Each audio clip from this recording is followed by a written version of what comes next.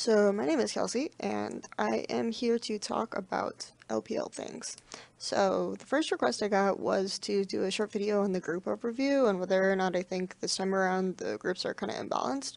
A lot of people sort of posited last time that the groups are imbalanced, and I think a big part of that was QT taking a nosedive, Snake not really improving over time, things like this. So a lot of these factors you can't really predict necessarily, but I think that going into it, if we just do a quick look at the groups, the rosters that are there. I'll discuss the rosters very briefly because I'm going to do an article that breaks down some of the roster changes more efficiently later on.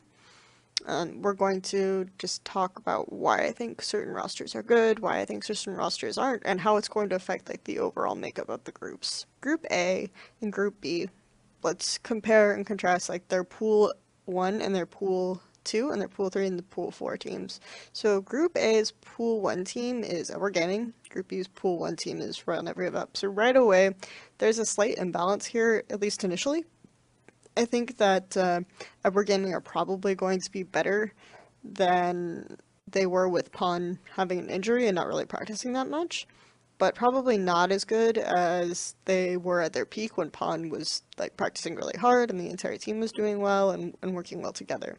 So right now I'm going to give that to Royal to Never Give Up. I think both teams though might kind of not meet expectations initially because UZI teams take a while to ramp up. I think UZI will have to always find a way to fit into the new environment. Sometimes it works, sometimes it doesn't.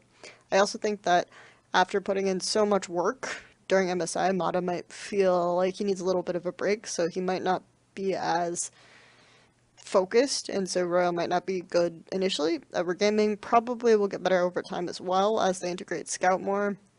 So I kind of think that over time these two teams will be similar level in strength. Royal has a slightly higher ceiling, but that depends on a lot of factors.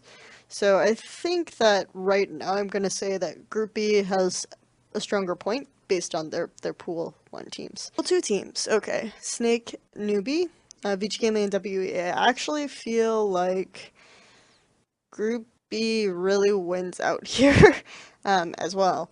And the reason why I think this is because a lot of people have been asking me about Newbee Gaming. Like, why don't I think they're good? I think a lot of this comes down to basically Dade. So, Dade, a lot of people are still high on him, but if you've watched him in the LPL, he was good in maybe 1 of 10 games, and a lot of people like to run the narrative that his team was heavy as fuck and all this other shit, and it's like, oh, these players only got good after it. This is an extreme coincidence. Like, you can't just say that shit, right?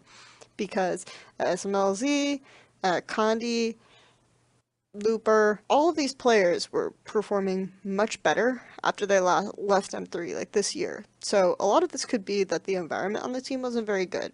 And a lot of the reason why people have said that the environment on the team wasn't very good is because there was a power struggle between LovedCD and Dade.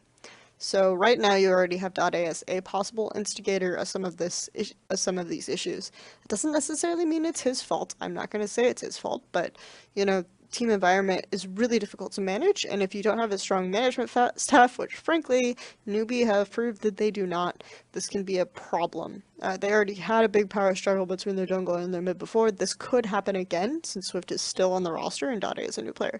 The other factor related to Dade is he has publicly stated that he's been misled by the organization already. So he joined the team, he thought he'd get playtime, he didn't get playtime. At least not in the LPL. He was in the reserve league for a little bit. So he already said that he felt like he didn't really want to go back to Newbee because of this reason. So already you're coming in with a sense of trepidation. Second, he said he'd want to come back to Newbee because he was really impressed with UZI and he would want to play with UZI. Funny thing, the reason you just said you'd want to come back just left the team. So that's like him being misled by the organization one more time. The other factor to consider, so maybe they told him beforehand that UZI is leaving, but I just find it, given that that was his statement, that it's a little strange. The other factor here is that I think that Dade just in general might not be super happy with this organization if he's already said up front, you know, I don't really want to go back to them. I feel like their management misled me, but I only would really come back because I don't have any options and because I want to play with UCI. So this is not really setting it up to be an environment where he really wants to play on this team and your team really wants to do well. I still think V, Pekko, Moore, Swift, they're all good players, but I can see this being a huge issue for them. It's also something where Dade and Pekko, both very, very late game team, late game oriented players, it's going to be a farm up Samsung Blue-esque situation. So we will see how that ends up. Let's take a look at the other side of the coin in Group A, which is Sneaky Sports.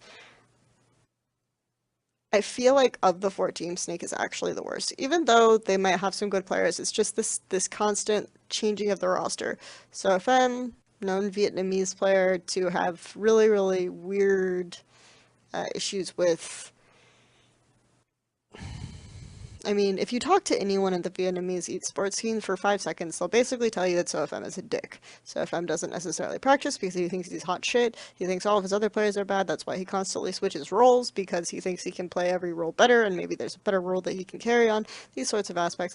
That doesn't give me a lot of confidence. He goes to Sneaky Sports and he's replacing CZR, who I think was a really, really big team-oriented player, and if you watch his jungle pathing, it was actually smart, so maybe CZR isn't very mechanically talented, but CZR knows where he's supposed to be on the map. So this is something, and he's constantly giving up resources and making concessions for his team to get ahead when you watch him play.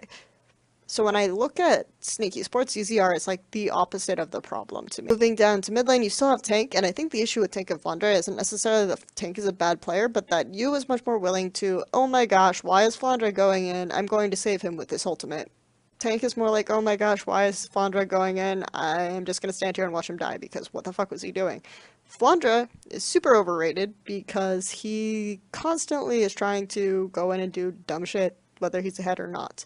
He doesn't necessarily understand where he's supposed to be on the map or what he's supposed to do in lane. They're really smart about early game lane swaps sometimes, but transitioning from that, as soon as they do that, it's terrible. And they didn't necessarily develop lane swap theory from the initial, very basic, we're trading these double turrets, whatever. So they couldn't necessarily adapt to new situations well. Then you have Crystal, Goldhog, who, really had to learn to adapt more to a team-oriented play. He's finally gotten a little bit better about that, and you switch out your best player, who's also very team play oriented, Ella. Very peel oriented, very willing to correct bad fights, for Jezzo, who I think Jezzo's great, but he's like a playmaker type. So you're having more people going in and not much less people giving up resources and willing to make sacrifices. So I think right now Snake to me doesn't look that good. Even though theoretically some of their players could be really strong, I think they might even be worse than Vici, because Vici has a very clear identity and setup, and they have a strong top jungle and mid who work together well and kind of have a good relationship in terms of what they're doing. It's just that Dandy needs to more forcibly step up and play the carry role more often. Their bot lane, they also added a new AD carry, Xuan. Xuan is pretty good at AD carry in terms of he's the best option that's played in Vici Gaming in the past couple of years in the LPL. I think he's the best. He's better than Endless, he's better than Vasily, but that doesn't mean a whole lot. It just means that their bot lane has become slightly more serviceable. I think Caveman still misses a lot of skill shots on Bard especially, but if you put him on less complicated champions like Trundle, he's pretty serviceable. So I think that Vici Gaming is actually a better team than Snake. So 1-1, okay. I think WE is better than Newbee because they're going into the split with the same roster. The fact that 957 and 0 have both drastically improved their play towards the end of the playoffs means that this team is even stronger than before. 1-1 on Newbee, I'm just giving it to WE because of the questions I have on Newbee. Newbee could very well be better than WE because they do have some more talented players, but WE is just a really well-rounded roster. They work. Like, we know they work. 957 has developed a style that's very good at low econ play. Kandi does the crazy shit. Like, it's funny to say that WE got buffed because this game is going to be so much about dragons, and Kandi is good at smiting. It's a ridiculous statement to make. But the bot lane is solid. This is just a very well-rounded, complete feeling team. So that's why I think initially, just Group B looks better 1-1 on the teams as well. Finally, we're getting to Group A versus Group B. I mean, we've already looked at the top teams, and we said, you can tell I don't really want to talk about the other teams, okay? Uh, but let's just say we've already looked at the top teams, and you can kind of see that Group B already feels a bit better, at least initially. Maybe with time, Group A can be competitive, but I feel like Group B is going to be a bit stronger. Invictus Gaming and Game Talents. Game Talents' roster is pretty bad. I think of the 4 teams, Game Talents is probably the worst. They put the best players from some low-tier teams on this list, but they also kind of replaced their jungler again. I don't know what it is with Crisis. Do people not like him? Wushuang is probably good, but he's also potentially a Lee Sin one-trick, so I don't know why you're adding. I feel like all these teams are just signing all these good junglers because the jungle talent right now is stacked relative to other roles in China, which is completely the opposite of the rest of the world, but there are a bunch of good young Chinese junglers that you can just put on a team. And so these teams will have like multiple subs in the jungle role, and then they'll have like SS17 in the top lane. But Gimgoon, Republic, I think are actually pretty good. You've got a bunch of junglers that you could put on this roster and say, yeah, it's not bad. Savoki, PentaQ, I think they are okay, but probably not as good as some people think they are. I think they kind of have a Jinx, Tahm Kench 2-trick thing going, but I actually think Jinx will be pretty good. So that's actually even better. But I think game talents are not that great. Invictus Gaming have a formula that everyone's already figured out. They're putting Tabe in as starting support. I think this is now confirmed. So Tabe's behavior is really, like, he doesn't care. He makes people write into his contracts that he doesn't want to do anything if he doesn't have to, basically. Yeah, I've heard this from someone. This could just be because of any team that was looking at him. It might not be the same for a Chinese team. But, I mean, this Invictus Gaming is fun. Maybe they'll just have fun, and they'll fund themselves into higher standings. OMG, LGD, yeah, these teams are all relatively similar. Like, I think OMG definitely got upgrades in the jungle position. World 6 and Scenery are both good junglers that could develop. There's a rumor that Loveling might start at some point, but I don't think Loveling will be good. They should stick with the good rookie junglers that they've signed. Icon is playing, and the problem here is that you've replaced your veteran players with players that aren't experienced and probably can't shot call. So this is a problem that the team will have to deal with, because I believe Icon is starting, at least for now, even though Cool is not retiring. LGD is a shit show. We all know what LGD looks like without PYL. It looks like last year when PYL was on, or last spot when PYL was on the team, except that even worse. And I don't think LGD is going to be any good. If LGD ends up being the worst of these 4, I will not be surprised. But I think all these teams have similar expectations for them to not be very good, and to not do much of anything. So I think that there's a huge drop-off from Pool 2, where you can kind of see some teams like, oh, okay, this is not bad, to absolutely not. I'm not going to talk a lot about Saint this video, because I'm going to do a separate video on Saint, because I think they're really funny. Aimee versus Saint. I think Saint is actually better. So I think we actually have a point here in the lower tier team, and that Saint is a team that I think maybe can jump up.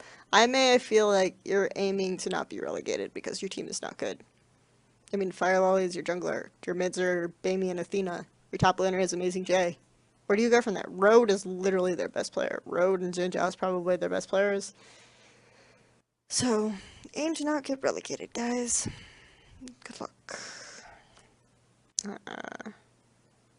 Hopefully it's not that hard, because you have LGD Gaming in your group. I'm just saying. Just throwing that out there. But you do have a really top-heavy group, so that's difficult for you. So yeah, I actually think Saint have an okay chance of not being bottom 2.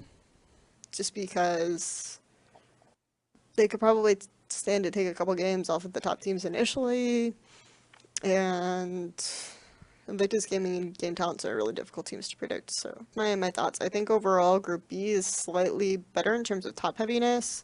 The Pool 3 teams, I'd say, are about even, and Group A has maybe a better Pool 4 team than Group B. So that overall makes me feel like, in terms of meta differences, it's really hard to say because a lot of these rosters are just random. So we're just gonna go with that. Then they were with Pun having an injury and not really practicing that much, but probably not as good as they were at their peak when Pun was like practicing really hard and the entire team was doing well and working well together. So right now I'm going to give that to Royal to Never Give Up. I think both teams though might kind of not meet expectations initially because UZI teams take a while to ramp up. I think UZI will have to always find a way to fit into the new environment. Sometimes it works, sometimes it doesn't. I also think that after putting in so much work during MSI, Mata might feel like he needs a little bit of a break, so he might not breaks down some of the roster changes more efficiently later on. We're going to just talk about why I think certain rosters are good, why I think certain rosters aren't, and how it's going to affect like the overall makeup of the groups. Group A and Group B, let's compare and contrast like their Pool 1 and their Pool 2 and their Pool 3 and the Pool 4 teams. So Group A's Pool 1 team is We're Gaming. Group B's Pool 1 team is Royal Never Give Up. So right away, there's a slight imbalance here, at least initially. I think that We're Gaming are probably going to be better. So my name is Kelsey, and I am here to talk about LPL things. So the first request I got was to do a short video on the group overview and whether or not I think this time around the groups are kind of imbalanced. A lot of people sort of posited last time that the groups are imbalanced, and I think a big part of that was QT taking a nosedive, Snake not really improving over time, things like this. So a lot of these factors you can't really predict necessarily, but I think that going into it, if we just do a quick look at the groups, the rosters that are there. I'll discuss the rosters very briefly because I'm going to do an article. Blue wins out here as well. And the reason why I think this is because a lot of people have been asking me about Newbee Gaming. Like, why don't I think they're good? I think a lot of this comes down to basically Dade. So Dade, a lot of people are still high on him, but if you've watched him in the LPL, he was good in maybe 1 of 10 games, and a lot of people like to run the narrative that his team was heavy as fuck and all this other shit, and it's like, oh, these players only got good after it. This is an extreme coincidence. Like, you can't just say that shit, right? Because be as focused, and so Royal might not be good initially. We're Gaming probably will get better over time as well as they integrate Scout more. So I kind of think that over time these two teams will be similar level in strength. Royal has a slightly higher ceiling, but that depends on a lot of factors. So I think that right now I'm going to say that Group B has a stronger point based on their Pool 1 teams. Pool 2 teams, okay. Snake, Newbee, Vici Gaming, and WEA. I actually feel like Group B really